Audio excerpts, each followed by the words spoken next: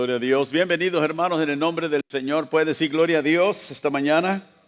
Todos aquellos que nos están viendo en línea también le damos la bienvenida esta mañana. Si trajo su Biblia, yo quiero que haga conmigo el libro de Efesios, el capítulo 6 del libro de Efesios, y también en el Antiguo Testamento el libro de Isaías, el capítulo 42. Efesios capítulo 6, Isaías 42. Estamos hablando acerca de la serie del Espíritu Santo, y esta mañana vamos a continuar hablando acerca, ¿verdad?, de la persona del Espíritu Santo. Es tan profundo, ¿verdad?, cuando empezamos a estudiar a Dios, la divinidad, de que conocemos y entendemos algunas cosas y otras cosas que el Señor, ¿verdad?, está por revelarnos o quiere revelarnos en su palabra. Así que vamos a pedir a Dios que nos ayude esta mañana al entrar en tu palabra. Padre, en el nombre de Jesús, te damos gracias por la vida que nos das, por el privilegio que tenemos de pertenecer a tu familia, porque tú has tenido misericordia de nosotros. Nos has sacado del mundo de las tinieblas y nos has traído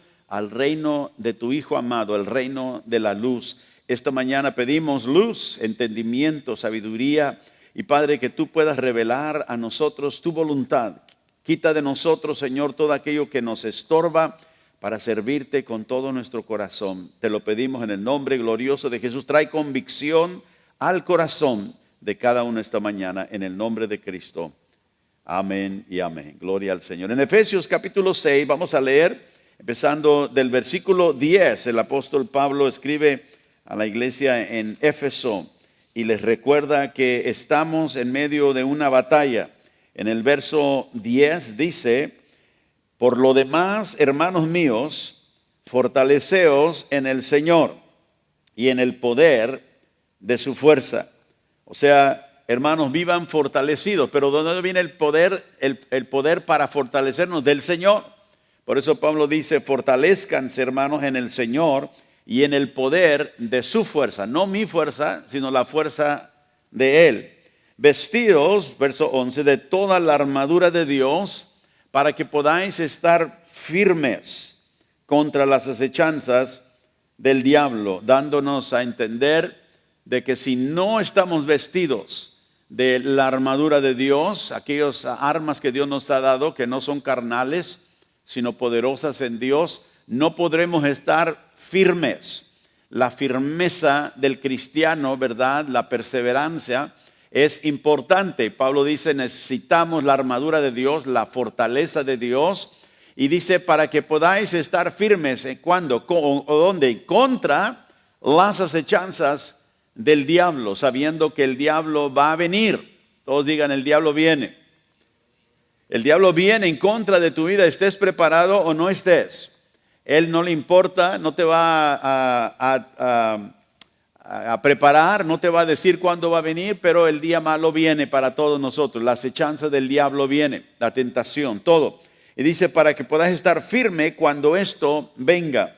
Verso 12 dice: porque no tenemos lucha contra sangre y carne, sino contra principados, potestades, contra los gobernadores de las tinieblas de este siglo, contra huestes espirituales de maldad en las regiones celestes. Note, tenemos lucha no con gente, no con personas. A veces pensamos que nuestros enemigos son las personas que vienen en contra de nosotros, pero ellos simples son instrumentos, simplemente.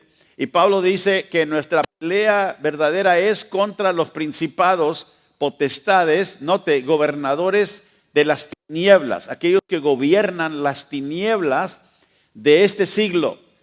Dice: contra huestes espirituales de maldad. O sea que hay aquellas huestes espirituales que el puro intento de ellos es empujar, es promover la maldad. Y dice: y ellos están moviendo eso desde las regiones celestiales, o sea, de los lugares altos. Por tanto, sigue diciendo: tomad toda la armadura de Dios para que podáis resistir en el día malo, habiendo acabado todo, estar firmes. Estad pues firmes, ceñidos vuestros lomos con la verdad, vestidos con la coraza de justicia y calzados los pies con el apresto del evangelio de la paz. Sobre todo, dice: tomad el escudo de la fe, con que podáis apagar todos los dardos del fuego del maligno, y tomad el yelmo de la salvación y la espada del Espíritu, que es la palabra de Dios. Dice, tomad la espada del Espíritu. Y note que en toda la armadura, esta es la única arma ofensiva. Esa es la única arma que nosotros tenemos para ir en contra del enemigo en una manera ofensiva. Los demás son para protegernos. Es la armadura de protección. Pero aquí tenemos la espada del Espíritu, la espada, ¿verdad?, que nos da la habilidad de tomar la iniciativa en contra del diablo. Dice, y esa espada del Espíritu es que la palabra de Dios. Y si usted va al capítulo 5, se va a dar cuenta que Pablo habla ahí acerca de la venganza de Dios, que no nos venguemos nosotros, dice, sino que dejemos, ¿verdad?, lugar para la venganza de Dios, porque Dios ha dicho que Él pagaría. Y Dios ha dado también la espada de venganza contra los malhechores en la tierra al Estado. Ellos tienen la espada, por eso dice que ellos no tienen la espada en vano, ¿verdad?, sino que la usan para castigar al malhechor. Pero la espada espiritual, la espada del Espíritu, no la tiene el gobierno, la tiene la iglesia. Nosotros tenemos la espada del Espíritu, que es la palabra de Dios. A nosotros se nos ha encomendado la palabra de Dios. Así que nosotros estamos en medio de una batalla espiritual. Esta batalla espiritual, sabemos, es real, es muy real. Pablo dijo en 2 de Corintios, creo el capítulo 10, que las armas de nuestra milicia, ¿verdad?, no son carnales, sino poderosas en Dios para la destrucción de fortalezas. Tenemos nosotros armas para pelear esta batalla espiritual. Y la arma ofensiva, una vez más, es la palabra, es la espada del Espíritu. Así que en medio de esta batalla espiritual, ¿cómo debe de ser la iglesia? No debemos de ser personas que estamos simplemente defendiéndonos siempre, sino que también hemos sido llamados a ser una iglesia guerrera. Diga guerrera. Jesús dijo que el reino de Dios sufre violencia y los violentos la toman o echan mano a ella. En Mateo capítulo 11. Pero mucho de la iglesia moderna hoy está mal equipada para la batalla espiritual de los últimos días. Mucha de la iglesia está dormida, mucha de la iglesia ni sabe que está en medio de una batalla espiritual. No sabe que estamos, ¿verdad?, puestos en contra de las huestes espirituales que están y que gobiernan las tinieblas.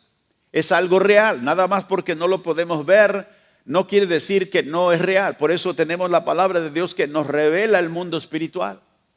Y Jesús mismo nos dijo que en los últimos días tendríamos esta batalla y va a intensificarse.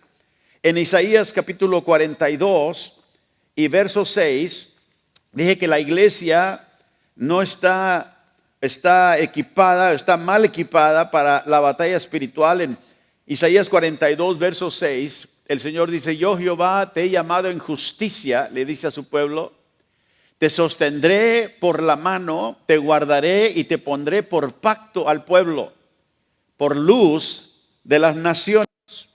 Verso 7, para que abras, ¿qué?, los ojos de los ciegos, para que saques de la cárcel a los presos y de casas de prisión a los que moran en tinieblas. Note, si la iglesia está rendida en la batalla, si la iglesia no está equipada para pelear la batalla de los últimos días, ¿cómo vamos a traer la liberación de Dios a los ciegos? ¿Cómo vamos a sacar de la cárcel, ¿verdad?, espiritual a los presos? ¿Cómo vamos a liberar de las casas de prisiones a los que están en las tinieblas? No podemos. Porque nosotros mismos estamos, ¿verdad?, como prisioneros en medio de una guerra. Y la guerra ha puesto a la humanidad en esta situación. Ciegos, presos, ¿verdad? Y en la oscuridad, en las tinieblas. ¿Y quién es la única esperanza para ellos? Dios dijo, yo los he llamado a ustedes, a mi pueblo. Yo los he llamado a ustedes para que ustedes sean aquellos que liberan a los prisioneros. Pero si nosotros mismos somos prisioneros, ¿cómo podemos nosotros liberar a los demás? Este es el llamado de la iglesia, ser una iglesia guerrera, una iglesia que reconoce que sirve a un Dios poderoso, que ha llamado a libertar a los que están en las tinieblas, a los ciegos, liberarlos de la aflicción donde se encuentran. En el versículo 21 de este mismo capítulo, Isaías 42, 21, dice: Jehová se complació por amor de su justicia en magnificar la ley y en engrandecerla. Verso 22, sigue por favor. Mas este es pueblo saqueado, note, y pisoteado, hablando de su pueblo. Todos ellos atrapados en cavernas y escondidos en cárceles. Son puestos para despojo y no hay quien libre. Despojados, no hay quien diga restituid. ¿Quién de vosotros oirá esto? O sea, el Señor por el profeta Isaías dice, ¿quién va a escuchar? Aquí está un pueblo mismo que yo lo llamé para que ellos liberaran a los ciegos, a los que están en la cárcel, pero ellos mismos están en cavernas, en hoyos. Ellos mismos están atados en la cárcel. ¿Quién de vosotros oirá esto? ¿Quién atenderá y escuchará respecto al provenir? ¿Quién dio a Jacob en botín y entregó a Israel a saqueadores? ¿No fue Jehová contra quien pecamos? ¿No quisieron andar en sus caminos, ni oyeron su ley? ¿Y qué es lo que causa que la iglesia no esté bien equipada para la batalla espiritual? ¿Qué es lo que causa que la iglesia pierda su unción para liberar a los cautivos? Dios dice el pecado, rehusar andar en el camino del Señor, rehusar oír su palabra. Acuérdense, la palabra es la espada del Espíritu. Es la arma ofensiva en la batalla en contra de las tinieblas. Es la batalla que tenemos, o es la arma que tenemos para liberar a los cautivos. La palabra de Dios, la liberación, el evangelio que libera al pueblo. Y Dios dice y reprende a su pueblo. Les dice, ¿quién es mi pueblo? ¿Quién de ustedes va a oír esto? Están ustedes mismos saqueados, están en prisiones, están envueltos en algo que los ha anulado para ser el pueblo que yo los llamé a ser. Jesús dijo que en la batalla espiritual, dijo, los de su propia casa serían sus enemigos. En Mateo 10, verso 36. Los de nuestra propia casa serían nuestros enemigos. ¿Por qué? Porque la verdad viene para traer división. En Filipenses capítulo 3 y verso 7, el apóstol Pablo nos dice a qué hemos sido llamados nosotros. Dice en el verso 7 de Filipenses 3, porque cuantas cosas eran para mi ganancia, dice, las he estimado como pérdida por amor de Cristo. Y ciertamente aún estimo todas las cosas como pérdida por la excelencia del conocimiento de Cristo. ¿Qué está diciendo aquí Pablo? Dice, todas las cosas que yo he tenido y tengo y espero tener, las cuento como si no fuera nada. No es por lo que vivo, las cuento como pérdida. Acuérdense, Pablo dejó una vida donde él iba avanzando, ¿verdad? En la religión, en el judaísmo. Él tuvo que abandonar todo cuando Cristo lo llamó y cuando él se le apareció en el camino a Damasco y lo salvó. Y dice, yo lo estimo como todas las cosas como pérdida. ¿Por qué? Porque tengo una meta más grande, la excelencia del conocimiento de Cristo Jesús, mi Señor, por amor del cual yo he perdido todo. Dice, y lo tengo ¿qué? Por basura para ganar a Cristo. Sigue diciendo, verso 9, y ser hallado en él, no teniendo mi propia justicia que es por la ley, sino la que es por la fe de Cristo. La justicia que es de Dios por la fe. Verso 10, a fin de conocerle. Este es el fin. Ese es el fin al cual Dios nos llamó a nosotros. No para vivir por las cosas temporales que debemos nosotros considerarlas como pérdida. Tenemos o no tenemos. Tengamos o no tengamos. Dice a fin de conocer a Cristo y el poder de su resurrección. Quiero que note esa expresión. Quiero conocer a Cristo y el poder que lo resucitó de los muertos. ¿Y qué fue ese poder que resucitó a Cristo de los muertos? La Biblia dice en Romanos capítulo 1 en el principio que fue el Espíritu Santo, el Espíritu de Dios que resucitó a Cristo de entre los muertos. Dice, yo quiero conocer ese poder y la participación de sus padecimientos. Dice, hay padecimientos, hay sufrimientos, hay persecuciones que pasar por amor a Cristo. Y que la iglesia, como digo, no está muy equipada para los tiempos que vienen, para los tiempos de los cuales Cristo nos advirtió. Y Pablo dice aquí que la única manera de estar preparado es vivir tu vida por amor a Cristo, dejando todas las cosas atrás para poder participar del poder de su resurrección y la participación de sus padecimientos, dice, llegando a ser semejante a Él en su muerte. Para esto hemos sido llamados, para vivir en el poder de la resurrección de Cristo Jesús. Puede decir amén.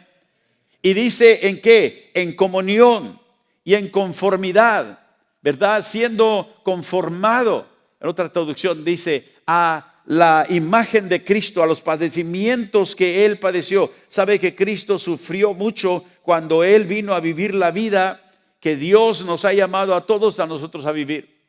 Y Él fue atacado, malentendido, fue mal acusado, al fin lo mataron. ¿Por qué? Porque el mundo, las tinieblas no concuerdan con la luz. Así que nosotros estamos en medio de un pleito, de una batalla, y la iglesia tiene que estar preparada para este tiempo venidero. La iglesia tiene que ser una iglesia guerrera, una iglesia dispuesta a pelear por el evangelio. En 1 de Timoteo 6 y verso 12, Pablo nos insta a esta batalla. Dice, pelea la buena batalla de la fe. No dice nada más pelea. No quiere que seamos, ¿verdad? ¿Cómo se dice? Pleiteros, ¿verdad? No, pelea la buena batalla. Y una buena batalla es una batalla que ya tiene la victoria asegurada. Una batalla que ya ganó Cristo. Pelea esa batalla. Pelea la batalla de la fe. Todos digan la fe. Y esa batalla de la fe, ¿qué es? Echa mano, dice, a la vida eterna. O sea, es una batalla donde nosotros estamos echando mano a algo, no a las cosas, como dice, temporales, por las cuales yo he perdido todo para ganar a Cristo. Dice, pelea la batalla de la fe, echa mano a la vida eterna, la cual asimismo fuisteis llamados, dice, habiendo hecho la buena profesión delante de muchos testigos. Hemos sido llamados a pelear la batalla de la fe. Como digo, muchos cristianos ni saben que están en una batalla. Y por eso se desaniman, se deprimen. Por eso dejan muchos, ¿verdad? Abandonan la fe. Pero Pablo nos dice, estamos en medio de una batalla. Si no nos vestimos de la armadura de Dios, si no tomamos seriamente la palabra de Dios, que es la arma ofensiva en la batalla espiritual, el enemigo nos va a anular. Pero aquí nos dice que peleando la buena batalla de fe, no soltamos aquello a cual hemos echado mano, la vida eterna. Y esa vida eterna se encuentra en Cristo. Por eso Pablo decía, he dejado todo y yo sigo a Cristo. Ve, por amor a Él, lo he perdido todo para ganar a Cristo y para vivir en el poder de la resurrección de Cristo Jesús. La iglesia, como digo, está mal equipada, sino completamente no equipada para los últimos días. ¿Por qué? Porque estamos oyendo un mensaje que no prepara a la iglesia para esos días. Estamos viviendo en los últimos días de los cuales Cristo nos advirtió. Y nosotros debemos estar listos para los tiempos en los cuales vivimos. No podemos vivir en los tiempos de David ni de Moisés. No podemos vivir en los tiempos en el futuro si el Señor tarda en venir. Se nos ha dado este tiempo. Hoy es el día. Este es el tiempo por el cual Dios nos ha puesto en el reino para estos días. Y nosotros tenemos que vivir en la manera que la Biblia nos llama a vivir. Jesús nos advirtió que en los últimos días vendrían tiempos peligrosos. Y estamos viviendo en esos días, hermano. Y en lo más pronto que despertemos, mejor será para nosotros y para la iglesia. En Mateo capítulo 24, vamos ahí. Así que yo pregunto esta mañana, a cada uno de nosotros, aquellos que me escuchan, ¿cómo estamos nosotros a la altura? ¿Cómo medimos? Y esto vendrá a causa del Evangelio, hermanos. ¿Estás tú envuelto en el Evangelio? ¿Cuál es tu involucración del Evangelio? ¿Cómo te envuelves tú con la obra del Evangelio? Mire lo que dijo Jesús en Mateo 24, nos da 5 o 6 cosas que quiero que veamos esta mañana. Acuérdense, la palabra es ¿qué? La espada del Espíritu. Y esta palabra es la que nos advierte, la palabra es la que nos informa y nos da la habilidad de tomar ese conocimiento, tomar ese entendimiento y con ese pelear la batalla en la cual nos encontramos. Si usted no ha visto que el mundo ha cambiado, es porque está ciego, porque lo vemos completamente ser transformado, y no solamente en nuestro país, a través de todo el mundo. Vemos, ¿verdad?, las tinieblas alcanzando hasta los lugares más altos de los gobiernos. ¿Por qué? Porque leemos la verdad en la Escritura. Estamos peleando contra principados y potestades que promueven la maldad en los lugares celestiales. Jesús nos advirtió en Mateo capítulo 24. Vamos a leer del versículo 3. Vamos a leer hasta el verso 9 ahorita. Dice, y estando él sentado en el monte de los olivos, los discípulos se le acercaron aparte diciendo, dinos, ¿cuándo serán estas cosas y qué señal habrá de tu venida y del fin del siglo?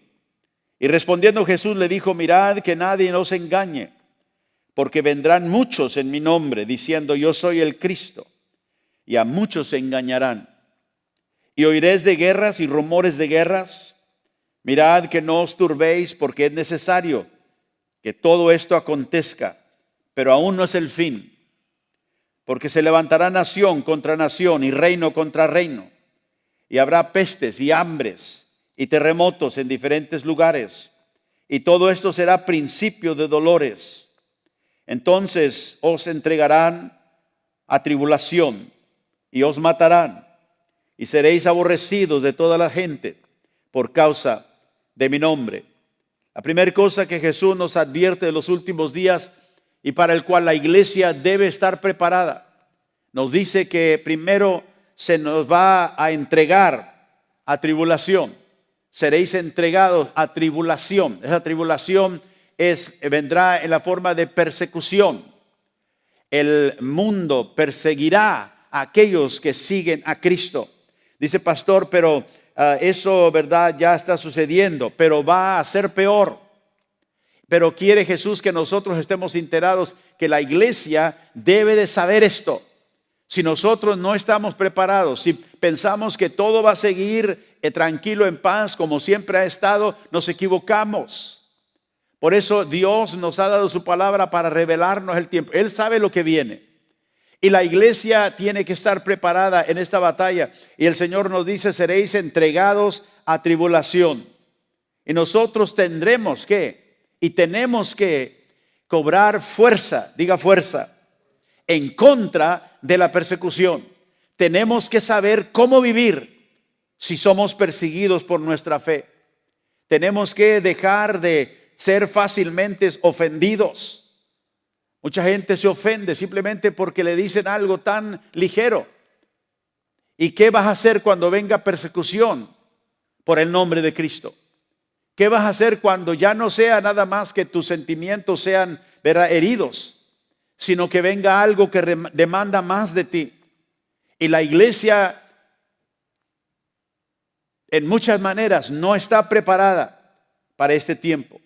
Nuestra fuerza tiene que venir del Señor. Fortalécete en el Señor, dijo Pablo, y en su armadura. ¿Por qué? Porque vamos a pelear esto más y más mientras se acerca la venida del Señor. La persecución va a incrementar más y más.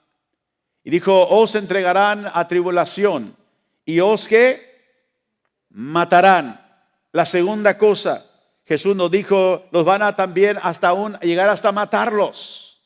Nosotros en los Estados Unidos decimos, bueno, eso es lo que pasa allá en Israel, sabemos que ahí gente está muriendo, sabemos que allá en otros países, allá ellos tienen sus cosas y se matan.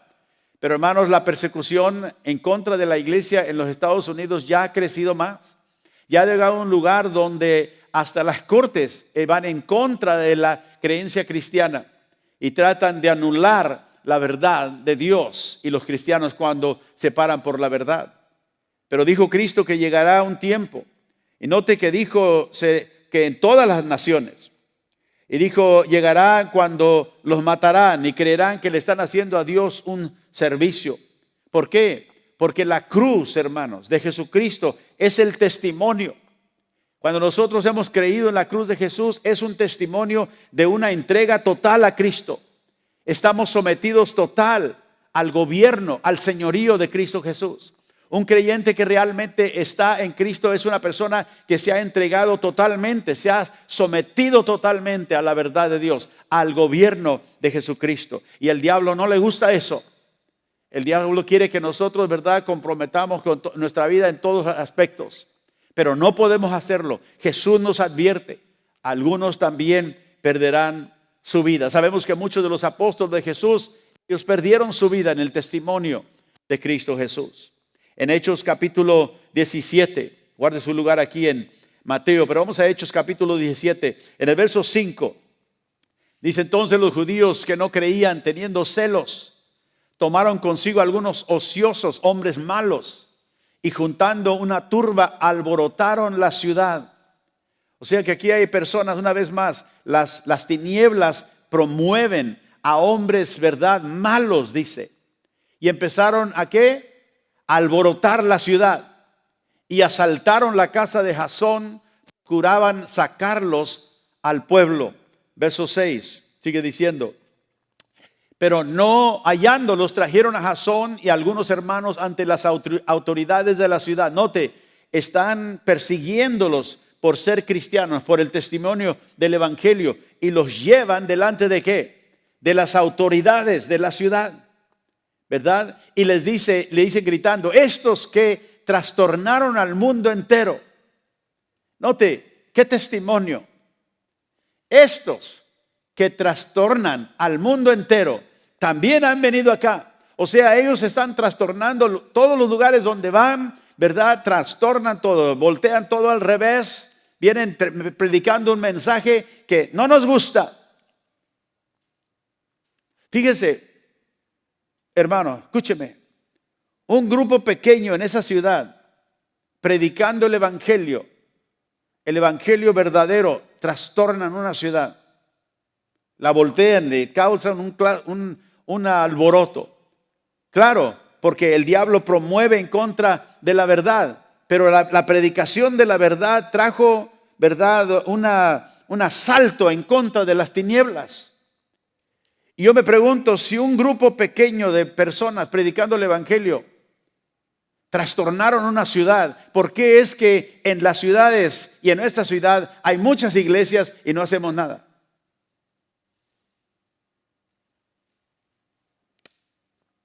¿Por qué es que tenemos miedo a salir? ¿Por qué es que tenemos miedo a hablarle a una persona?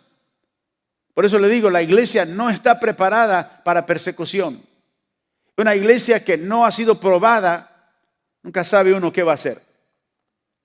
Y ellos trajeron a estas personas delante de las autoridades y dijeron: estos se están trastornando ciudades y han venido aquí y van a hacer lo mismo aquí, van a trastornar esta ciudad. Que si fuera una iglesia viva, una iglesia que realmente toma el evangelio seriamente en la ciudad, se toma una solamente para trastornar una ciudad. Pero una que dice: el evangelio es este, y el evangelio dice que todos aquellos que no están en Cristo perecerán. Pero queremos mejor, ¿verdad?, sobarle la espalda a la gente y no ofender a nadie. Un evangelio así medio, ¿verdad?, tenue, que no alboroten, que no hagamos ningunos problemas, pastor. Pero eso no es el evangelio que vemos en la Biblia. Vemos hombres y mujeres predicando el evangelio que trastornaba ciudades, que incomodaba a la gente, que los hacía ver que no estaban bien. Estos han trastornado una ciudad entera. Y sigue diciendo el verso 7. Y a los cuales Jasón ha recibido. Y todos estos contravienen los decretos de César. De aquí es donde la iglesia empezó a tener problemas con los acusadores del evangelio. Es que ellos vienen predicando aquello que está en contra de las leyes. Ellos vienen predicando en contra de esto. Y así pasará en este país. Y está pasando. Es que los creyentes, ellos quieren evitar el aborto. Es que los creyentes quieren parar y frenar el movimiento homosexual. Ellos están alborotando y trayendo caos a nuestras ciudades. Y los trajeron delante de las autoridades civiles y dicen, y están contraveniendo los decretos de César. César era el emperador, diciendo que hay otro rey, otro Jesús, otro rey que es Jesús.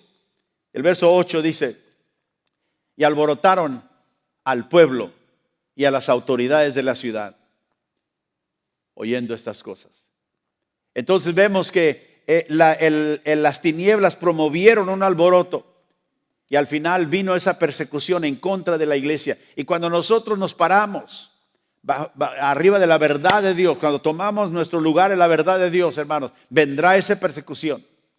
Porque entre más tinieblas vienen y encierran al mundo, más esas tinieblas van a empujar en contra de la verdad. Tanto que dice que aún algunos van a matar. Regresamos a Mateo 24, verso 10. Sigue diciendo el Señor. Número 3. ¿Qué dice?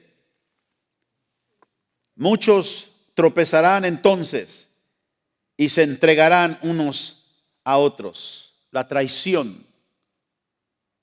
Dijo el Señor, va a haber aquellos que van a traicionar. Inclusive a unos, aquellos mismos que se dicen ser hermanos. Porque dice, muchos tropezarán. No algunos, muchos. Y eso nos debe a nosotros de alertar. Como digo, la iglesia tiene que ser una iglesia de guerra, una iglesia preparada, porque estas cosas vendrán. Y vendrán aquí también. Y muchos van a tropezar. Y van a traicionar a aquellos que dicen que eran sus hermanos. ¿Con quién? Con las autoridades civiles, contra aquellos que vienen en contra del mensaje del evangelio. Así que va a haber traición en medio de esto. ¿Y cómo podemos nosotros sobrevivir acerca de esto que viene? Tenemos que aprender a vivir, escúcheme, no ofendidos, a no ser fácilmente ofendidos. Tenemos que morir a nosotros mismos, porque que el odio vendrá también. Dice en el verso 10 que tropezarán y se entregarán unos a otros y unos a otros se aborrecerán. El odio. Acuérdense que el odio no solamente va a venir aquí, sino que va en el verso 9 nos dice que seremos aborrecidos de la gente de todas las naciones a causa de su nombre. Toda la gente, todas las naciones aborrecerán. No habrá nada más en un lugar. Pero aquí nos dice que habrá este movimiento de traicionar a aquellos. La única manera que nosotros podemos ser vencidos por la traición es si somos ofensibles, si somos dados a ser ofendidos. Y muriendo a nosotros mismos. Por eso Pablo decía, lo he perdido todo. Y note que él no lo decía como que estaba enojado, como que estaba desalentado. Ay, lo perdí todo. Dijo, no, lo he perdido todo por amor a Cristo. Él había puesto su amor sobre Jesús. No debemos hacer nosotros lo que el mundo hace. ¿Qué va a hacer el mundo? Verso 9 nos dice que seremos odiados, nos van a odiar, porque odian no solamente a nosotros, sino a Cristo, el mensaje. Y si nosotros hacemos lo que ellos hacen, nos vamos a convertir en lo que ellos son, aborrecedores de lo bueno. Y luego sigue diciendo en el verso 11, otra cosa que Jesús nos advirtió. Dice, y muchos falsos profetas se levantarán y engañarán a muchos. Me llama la atención cuántas veces el Señor usa la palabra muchos. Y muchos se ofenderán.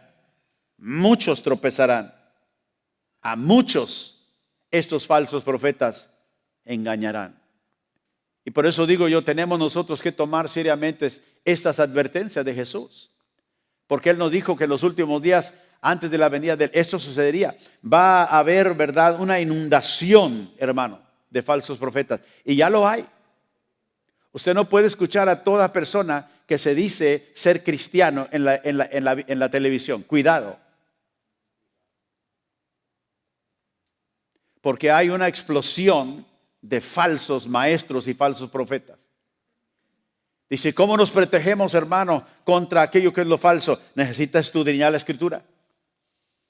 Y si usted no escudriña la Escritura, si usted no aprende, si usted no indaga, si usted no busca, si usted no medita la palabra de Dios, es fácil que lo engañe. Porque hay muchas cosas que aparentan ser divinas y no lo son. Hay muchas cosas que aparentan ser de Dios y no lo son. ¿Y sabe usted la causa principal por la cual la iglesia no está preparada para vivir esta clase de vida? Porque se le ha predicado un evangelio en Estados Unidos que no es el evangelio. El evangelio de la prosperidad no es el evangelio de la Biblia.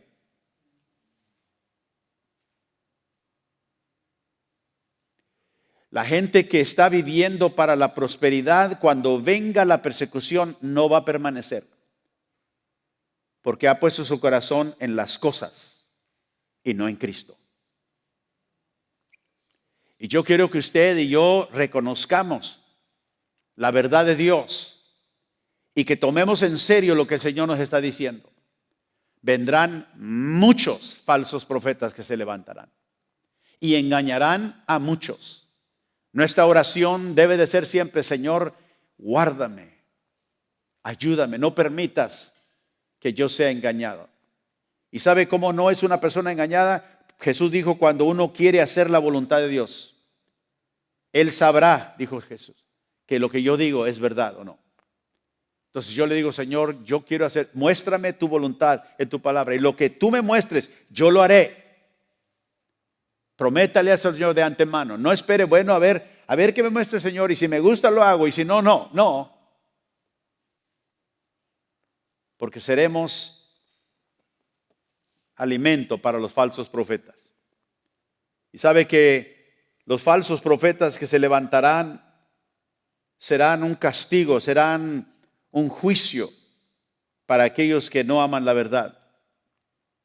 Y dije en otra ocasión que los falsos profetas son el juicio de Dios sobre una iglesia que rechaza la verdad. Y hoy tenemos iglesias predicando el mensaje de la inclusividad, del homosexualismo. Tenemos pastores homosexuales, lesbianas.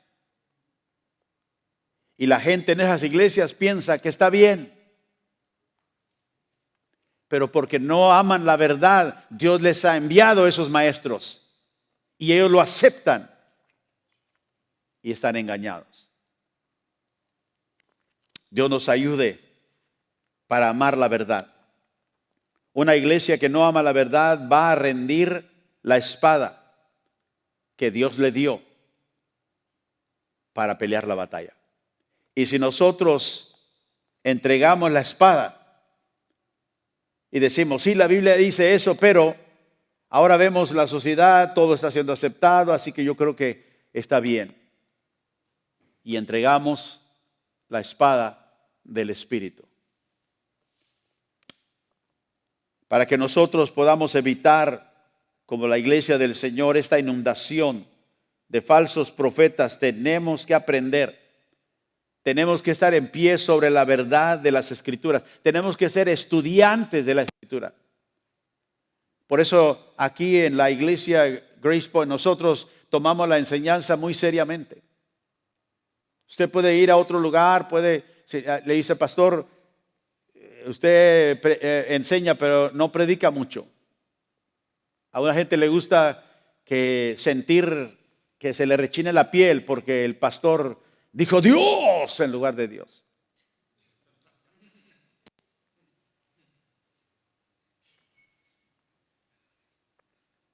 Pero la palabra de Dios es lo que la iglesia necesita. La proclama del evangelio que se encuentra en la escritura es lo que la iglesia necesita. Y para nosotros no ser arrastrados por esta corriente de inundación, de falsa doctrina y falsa enseñanza, tenemos que aprender la escritura. Miren lo que Pablo le dijo a Timoteo en 2 de Timoteo capítulo 2 verso 15. Procura con diligencia. ¿Con qué? Con diligencia. No así nada más cuando haya tiempo. No, con diligencia. Presentarte a Dios aprobado, no reprobado. Todos sabemos lo que es la reprobación, ¿verdad? Nos reprobaron, nos dieron una calificación que no pasó. No, aprobados como obreros, aquellos que trabajan, que obran, que no tienen de qué avergonzarse.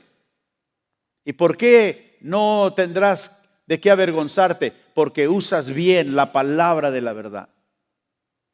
Tenemos que saber trazar la palabra, tenemos que saber cómo estudiarla, cómo aplicarla. Y es por eso que tomamos detalladamente tiempo en explicar la palabra de Dios, porque en los últimos días vendrá una inundación de falsas doctrinas y problemas. Nosotros tenemos como plan aquí en la iglesia de acelerar en los años que vienen el evangelio, que Dios nos da la habilidad de hacerlo. Vamos a establecer un entrenamiento bíblico de la Biblia para preparar obreros para lanzar a la obra misionera. Ore con nosotros de eso. Dé de sus diezmos, ofrendas, porque eso va a ayudarnos. Así que queremos preparar a personas en la palabra de Dios, con el carácter de Cristo, para que al salir puedan ir y predicar el evangelio que Cristo predicó.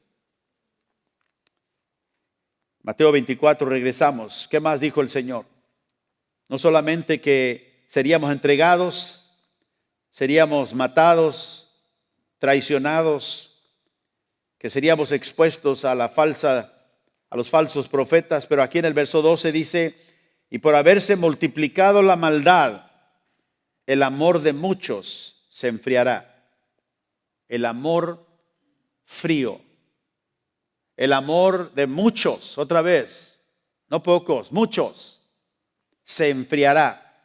O sea que no habrá una pasión por las cosas de Dios. No habrá una pasión por Dios mismo.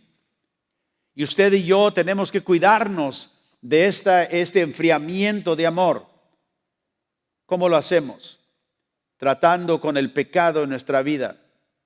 Note que dice, cuando se multiplica la maldad, el amor se enfría.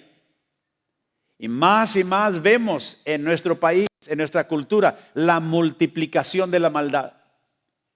Dice, ¿y de dónde viene esa maldad? Lo leímos en Efesios 6.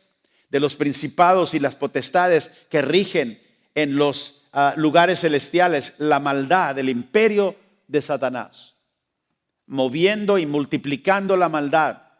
Y si tú y yo nos dejamos ser envueltos por esa maldad, nuestro amor por Cristo, nuestro amor por el Señor y por las cosas de Dios se enfriará. Así que el Señor nos advierte: cuidado con la multiplicación de la maldad. No permitas que en tu vida se multiplique el pecado. Si el momento que tú reconozcas que el Espíritu Santo te redarguye de que estás mal, inmediatamente trata con ese pecado en tu vida. Solamente porque eres cristiano y Dios te ha perdonado no quiere decir que no tienes que tratar con esos pecados, para que esos pecados no traigan consecuencia a tu vida y tu amor no se enfríe, porque el amor enfriado lleva hacia muchas cosas, y unas de ellas ya lo leímos en el verso 10, dijo ahí, el aborrecimiento de otros. ¿Por qué? ¿Qué es el aborrecimiento? ¿Qué es aborrecer? Es odiar. Y cuando el amor se enfría, ¿qué es lo que queda? El odio. Y el Señor nos advierte que vendrá una multiplicación de maldad en los últimos días y el amor de muchos se enfriará. Muchos dejarán, como dijo el Señor a la iglesia, ¿verdad? Y en el Apocalipsis, han dejado su primer amor. No permitas que la iniquidad, que la maldad que se está multiplicando a tus alrededores te robe el amor por el Señor. Y finalmente en el verso 13 nos advierte que dice que el que persevere el que persevere hasta el fin, este será salvo. La perseverancia. En medio de todos los conflictos, todos los problemas que vendrá, el Señor nos llama a perseverar. Y Satanás siempre trabajará en contra de la perseverancia. Él quiere que tú no resistas. Acuérdense, leímos en Efesios 6, tomar la armadura de Dios para que en el día malo podráis resistir y estar firmes. Y el Señor aquí nos dice que vendrá este tiempo cuando todas estas cosas se van a soltar. Y el que persevere hasta el fin, dice, este será salvo. O sea, este mostrará su salvación. ¿Cómo? Por medio de la perseverancia. Satanás no viene para ganarte a ti, porque eres de Cristo. Pero sí viene para debilitarte. Sí viene para, ¿verdad?, debilitarte para que tú no seas, ¿verdad?, uno de aquellos que está parándose en contra de lo que el diablo quiere hacer. Él viene para cansarnos, viene para matar nuestra convicción, nuestra confianza, para matar nuestra fe en el Señor, para debilitarnos, para desanimarnos en medio de la batalla. Es una batalla de desgaste. Él quiere desgastarnos, quiere eliminarnos, quiere que seamos una víctima en la batalla y no un guerrero en la batalla. Y Dios quiere que la iglesia se levante con ese espíritu, ¿verdad?, de guerra, porque nos ha dado la espada del Espíritu, la verdad, para liberar a aquellos que necesitan liberación. Tenemos que aprender a perseverar. Si vamos a perseverar, tenemos que saber cómo perseveramos. Tenemos que ser como somos valientes en medio de esta entrega, en medio de enfrentar muerte, en medio de el desprecio, en medio del odio, en medio de aquellos que nos han quizá entregado. ¿Cómo podemos perseverar en el Señor? Tenemos que rehusar darnos por vencidos. Y hermanos, esto es en todas áreas. Rehúsa darte por vencido en tu matrimonio, en tus compromisos, en tus obras, en tu trabajo. Persevera, aprende a perseverar. A veces es más fácil, ¿verdad? Ya mejor, ya no sigo. Pero diga, Señor, tengo que aprender, aunque sea algo tan pequeño, como sabes que tengo que perseverar en mi trabajo, en mi obra que estoy haciendo. Porque esto me ayudará cuando venga el tiempo, necesite perseverar en otras cosas, podré hacerlo. Pero si eres una persona que siempre te das por vencido cuando se pone difícil, cuidado. Porque cuando venga el tiempo que el Señor nos advirtió en este día, en estas escrituras que vendrá, cuando venga ese día malo, ¿qué vas a hacer? Y el Señor nos advierte, es el que persevera. Entonces le pedimos al Señor ayuda para perseverar. ¿Cómo podemos perseverar? Mira, Hebreos capítulo 10, rápidamente, las buenas escrituras. Hebreos 10, 36. Después de la perseverancia, ¿qué dice? Porque es necesario la paciencia. La palabra paciencia ahí es la misma palabra griega que se usa en la Biblia de perseverar. Cuando que el Señor dijo, el que persevere hasta el fin, es esa palabra. Es necesario la perseverancia, la paciencia, para que habiendo hecho la voluntad de Dios, ¿qué dice? Obtengáis la promesa. Es aquellos que perseveran y hacen la voluntad de Dios, los que obtienen la promesa. Así que es importante la perseverancia. En Santiago capítulo 1 y verso 3, el apóstol Santiago dice, sabiendo que la prueba de vuestra fe, ¿qué produce? Paciencia, perseverancia. ¿Qué es lo que produce la perseverancia? La prueba. Dice, a mí no me gustan las pruebas. ¿Por qué tengo que pasar otra prueba? Por eso Santiago dice, considéralo gozo cuando caigas en una prueba. Es una oportunidad que Dios te da. ¿Para qué? Para ayudarte a perseverar. te está entrenando, nos está entrenando como iglesia para poder perseverar. La prueba produce la perseverancia. Nunca creas que vas a perseverar sin tener que pasar ninguna prueba, sin tener que enfrentar nada que sea difícil. Yo quiero que Dios me haga todo fácil. Dios no hace eso porque te está preparando. Así como tú preparas a tus hijos para que cuando tú no estés, ellos puedan seguir adelante. Los preparas con la verdad. Y no les dices, ¿sabes qué? Te voy a hacer todo, porque tú sabes que en la vida actual nadie le va a hacer todo. Ellos tienen que aprender a lidiar por sí mismos. La mejor preparación es poniéndolos a prueba. Y Dios, como hijos de Dios, nos pone a prueba, sabiendo que la prueba que produce la perseverancia que necesitamos. En Romanos capítulo 5, verso 3, Pablo dice esto a la iglesia de Roma. Y no solo esto, sino que también nos gloriamos ¿en qué? En las tribulaciones. Acuérdense que Cristo dijo, entonces los entregarán a la tribulación. Esos tiempos van a venir. Y Pablo dice aquí, no solo esto, sino también nos gloriamos en la tribulación. ¿Cómo podemos gloriarnos en la prueba, en tribulación, en persecución? ¿Cómo es un cristiano puede hacer eso? Dice, porque sabemos algo. Tenemos revelación, tenemos entendimiento. ¿Qué sabemos? Sabiendo que la tribulación, la prueba, produce ¿qué? Perseverancia. Si estoy en medio de esta prueba, Señor, ayúdame para saber, para poder perseverar, porque es una oportunidad para mí. ¿Para qué? Para hacerme más fuerte. Estamos peleando la batalla de la fe. La tribulación produce paciencia, produce perseverancia. ¿Sabías tú eso? ¿Lo sabes? Tienes no solamente que saberlo, tienes que creerlo, tienes que vivirlo. Y por eso te digo, cuando hay que perseverar, toma esa oportunidad. Muchos de nosotros no perseveramos cuando andamos manejando nuestro coche. Todo nos molesta. Y dije, nos molesta, no dije les molesta. Y el Señor ha estado tratando conmigo. Si no puedes perseverar en esto, si esto te molesta, ¿qué vas a hacer? Dios nos ayude. La tribulación, la prueba, produce perseverancia, produce paciencia. Vamos a Mateo capítulo 10. ¿Cómo podemos edificar esta perseverancia que el Señor nos dice que debemos de tener? Déjeme darle una idea muy fácil.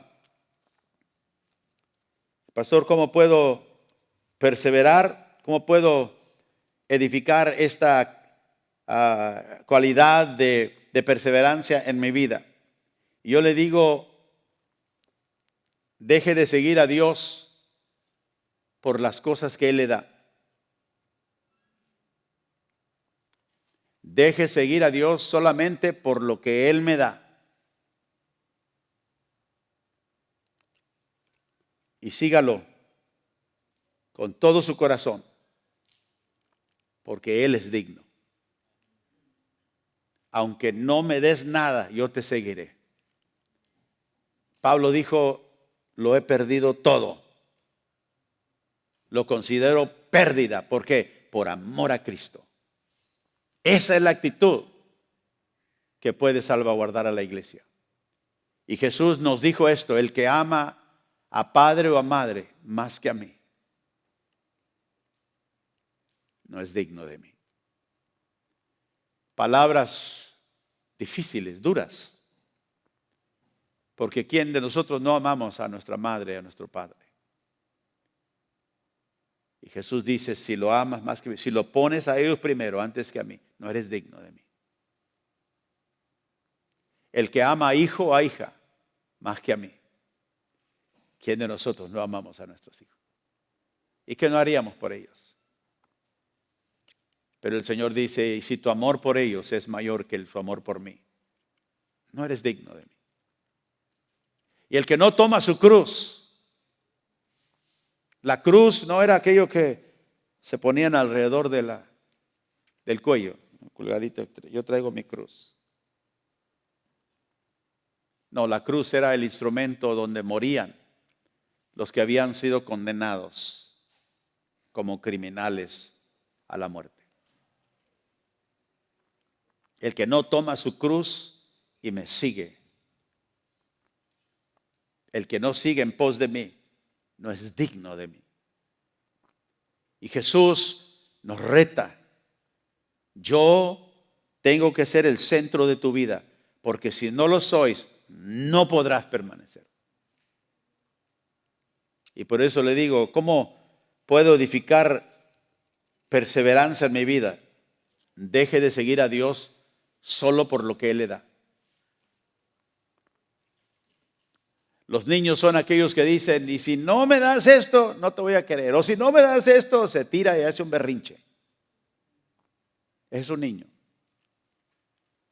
Es el que le dice a Dios, si no me das esto, no te sigo, no voy a la iglesia, no voy a leer la Biblia. Y cuando usted se encuentra ahí, diga, es un berrinche de niño.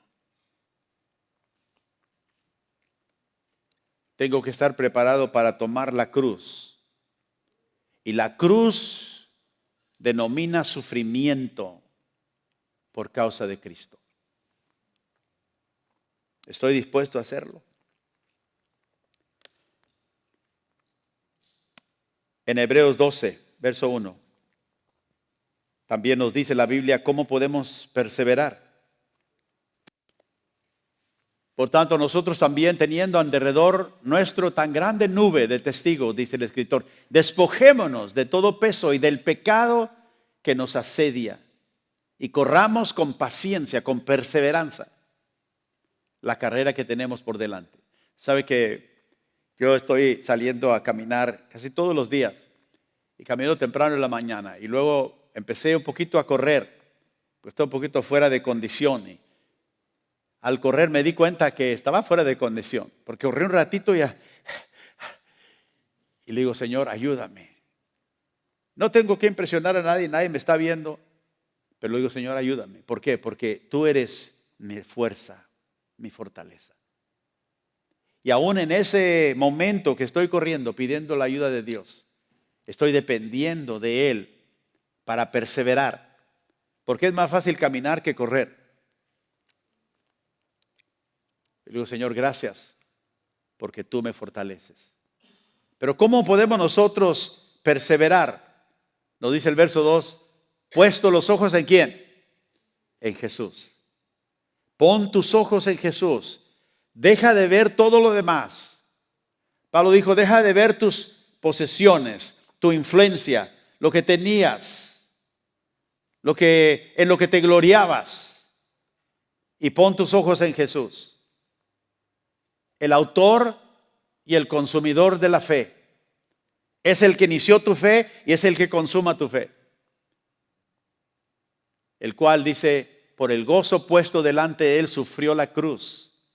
El que viene en pos de mí tome su cruz y sígame. Y aquí dice el escritor que la cruz a la cual Jesús dio fue a sufrir, sufrió la cruz, menospreciando el oprobio.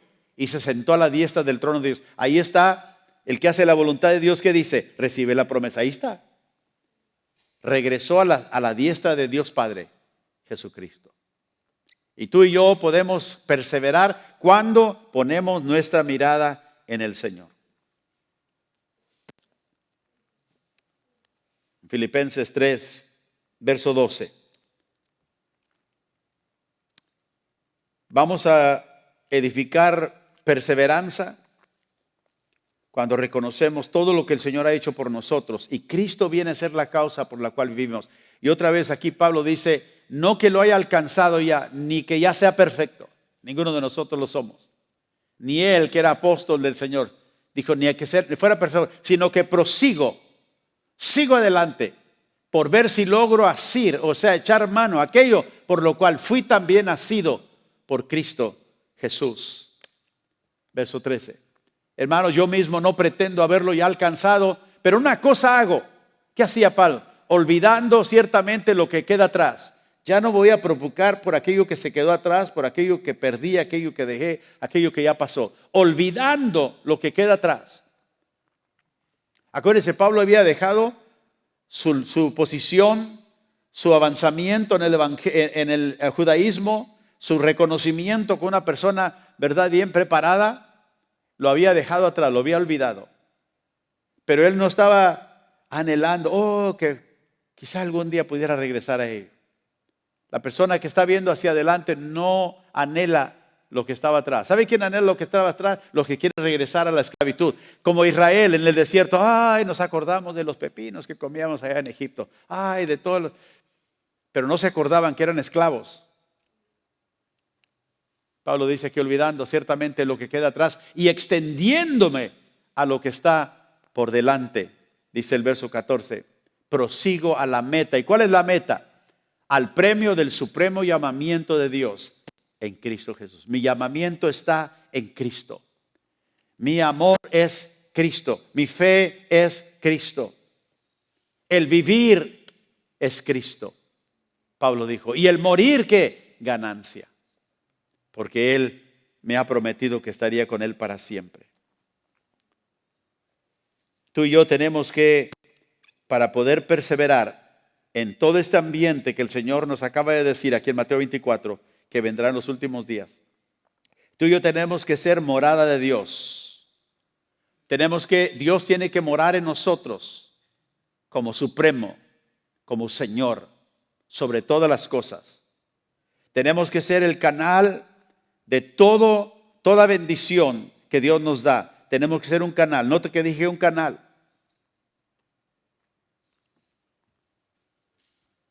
Tenemos que ser aquellos que Dios usa para que todo lo que Él ha puesto en nuestras manos, influencia, poder, posesiones, dinero, pueda fluir como a Él le place. Esta mañana cantamos, todo es de Él y todo es para Él. Pero menos lo que yo tengo. Pero menos mi cartera. Pero menos mi dinero. O menos mis cosas. Todo es para Él. Y todo viene y procede de Él. ¿Puedes decir amén? Así que Dios quiere que tú seas la morada de Dios. Por eso te hizo Él el templo del Espíritu Santo. Y que seas un canal. Y si puedo decir así, Dios quiere que tú seas un fondo fiduciario de Él. Donde se pone las riquezas. Ese fondo fiduciario es un fondo donde la persona que lo crea pone las riquezas, pone el dinero. Para que cuando se necesite de ahí se pueda sacar. Dios quiere que tú seas ese fondo donde Dios pone sus posesiones y pueda Él usarlos a través de ti. Dios le dice, a Timoteo le dice a la iglesia en 1 Timoteo capítulo 6, el verso 17, empieza diciendo a los ricos de este siglo, manda que no sean altivos. Que no pongan la esperanza en las riquezas. Pongas tu esperanza en lo que tienes, sea poco, sea mucho, tu dinero. Dice, porque esas riquezas son ¿qué? Inciertas. Estaba yo hablando con alguien y dice, ¿sabe que cuando yo era un joven, allá por 1970, un galón de gas valía 25 centavos? Hoy vale ¿qué? 3.50. ¿Cuánto valor ha perdido el dinero? Por lo mismo. 25 centavos, $3.50. ¿Cuántas veces más cuestan las cosas ahora? ¿Por qué? Porque el dinero es incierto. Dice, sino en el Dios vivo, pon tu fe en el Dios vivo, el que nos da todas las cosas. Dios no es un Dios que nos lleva llevando silbas la promesa. No, Él nos provee todo. Todas las cosas en abundancia. ¿Para qué? Para también disfrutarlas. Pero no pongas tu confianza en ellas. No pongas tu esperanza en ellas. Tu esperanza tiene que estar en Dios. Y dice, mándales que hagan el bien. Que sean ricos en ¿qué? En buenas obras. Dadivosos, generosos. ¿Por qué? Porque somos canales de bendición. De lo que le pertenece a Dios. No es mío, es de Él. Todo lo que Él ha puesto en mis manos es de Dios. Por eso cuando Dios le llamó a Pablo, sígueme, ven, Él tuvo que dejar todo lo que Él había creado en su vida. Su influencia, su posición, su dinero, todo. Para seguir a Cristo. Para ser maltratado, apedreado, mal acusado. Y al final hasta dar su vida por el mensaje que Dios le dio. Pero dijo Pablo, he peleado la batalla de fe. He guardado la fe. Dije, ahora me espera una corona de justicia que el Señor, el justo juez, me dará en aquel día. Esa corona de justicia vale más que todo esto que dejamos. Y por eso, aunque Dios nos dé todo lo que nos dé y lo disfrutemos, nunca ponemos nuestra confianza en Él. Y cuando Dios nos diga, quiero que des eso, lo damos.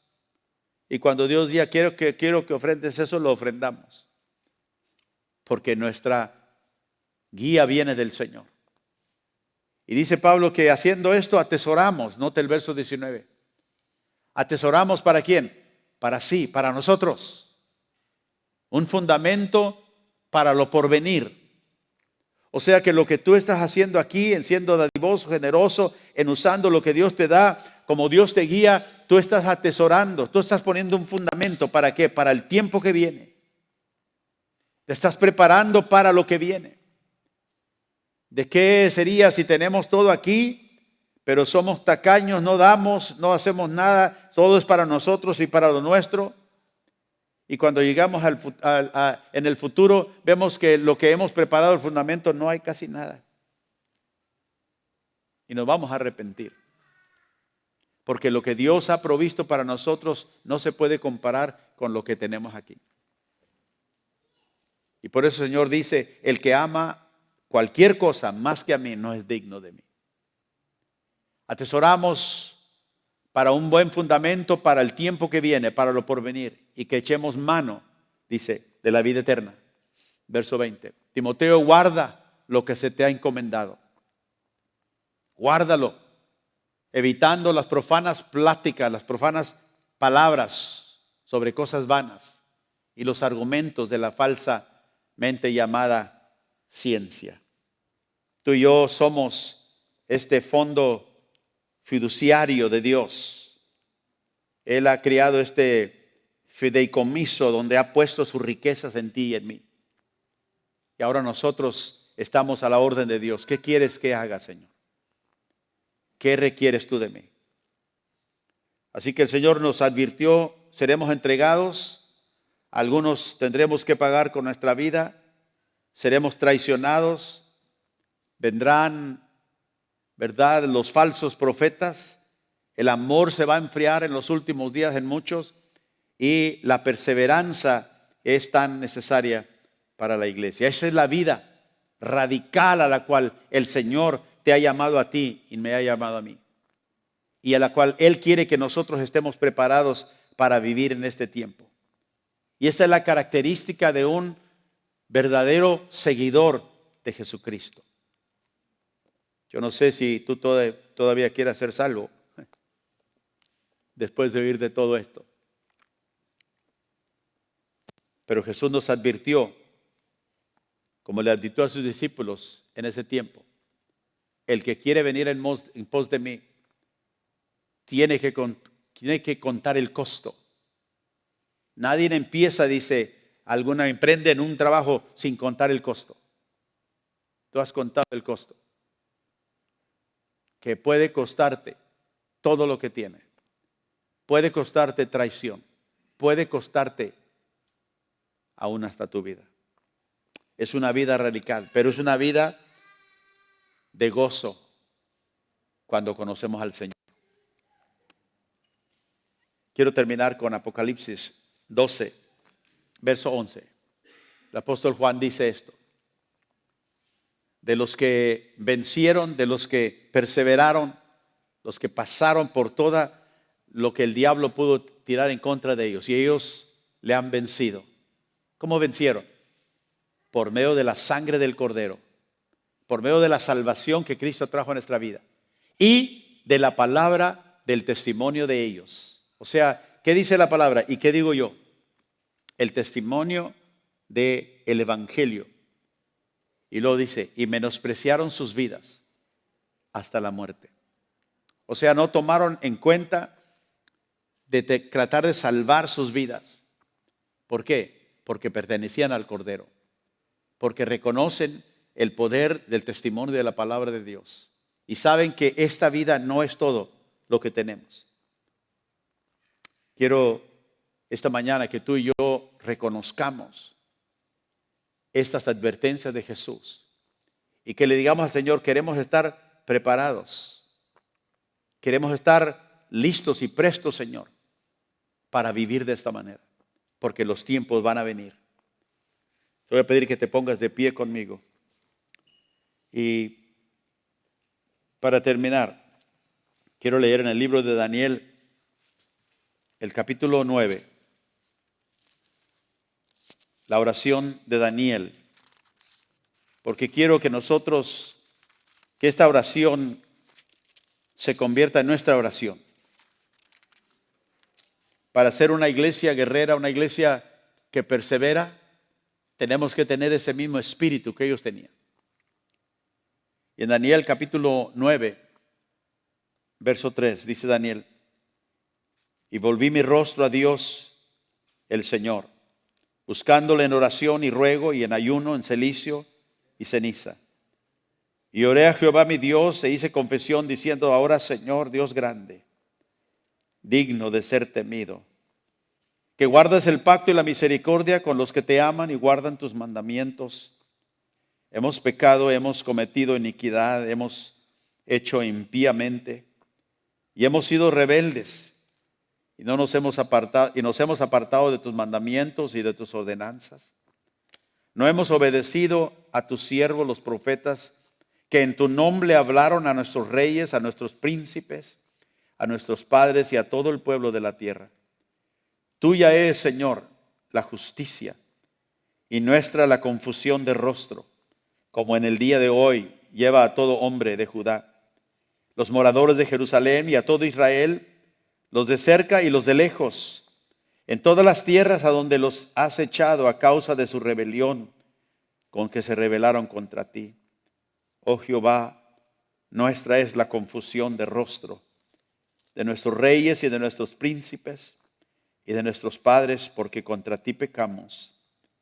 De Jehová nuestro Dios es el tener misericordia y el perdonar.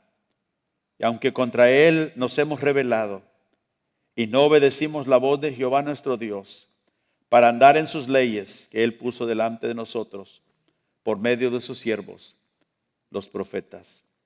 Y Daniel ora esta oración y le dice, Señor, tuya es la justicia y a nosotros nos pertenece la confusión de rostro, porque hemos pecado contra ti. Si no estamos preparados, no es culpa de Dios, es culpa nuestra. Y el Señor quiere que nosotros pidamos, ¿verdad? Confesemos delante de Él. No hemos vivido en la manera, Señor, en la cual tú nos has llamado. Perdónanos. Yo quiero que tú tomes un momentito ahí donde estás y ores conmigo. Puedes hincarte, puedes venir al altar si quieres, pero toma este lugar, este tiempo.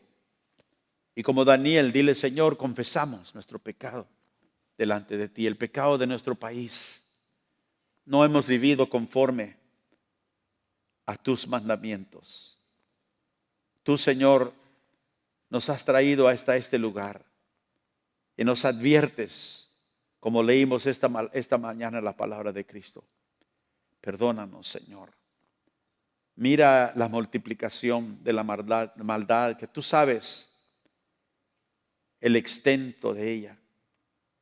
Y te pedimos, Señor, ayúdanos. No permitas, Señor, que esto que viene en los últimos días nos sobrepase, nos lleve a ser esclavos en la tierra prometida como fue Israel. Que no seamos aquellos en cavernas y hoyos escondidos por temor.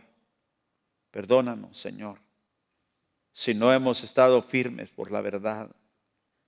La espada del Espíritu, la verdad, tu palabra que tú nos has dado, es la arma que tú nos has dado para vivir en una guerra espiritual en la ofensiva. No estar simplemente a la defensiva, pero tomar, Señor, la ofensiva en contra de las tinieblas. Ayúdanos para deshacernos de todo aquello que nos roba, Señor, el primer lugar que tú solamente debes de tener en nuestra vida. Te entregamos a nuestros hijos, te entregamos nuestras posesiones, te entregamos todo lo que tú te ha placido poner en nuestras manos. Ayúdanos, Señor, para que ninguna de esas cosas prenda nuestros corazones y nos lleve a ser, Señor, prisioneros en la batalla espiritual. Ayúdanos para ser guerreros, para tomar el reino, Señor, como tú has dicho, los violentos lo toman, Señor. Y te doy gracias, Padre, que podrás ayudarnos al proseguir hacia adelante. Llévanos, Señor, en victoria y a victoria. Perdona, Señor, todo nuestro tropiezo. Perdona todo el pecado, Señor, que nos ha impedido que seamos la iglesia que tú quieres que seamos.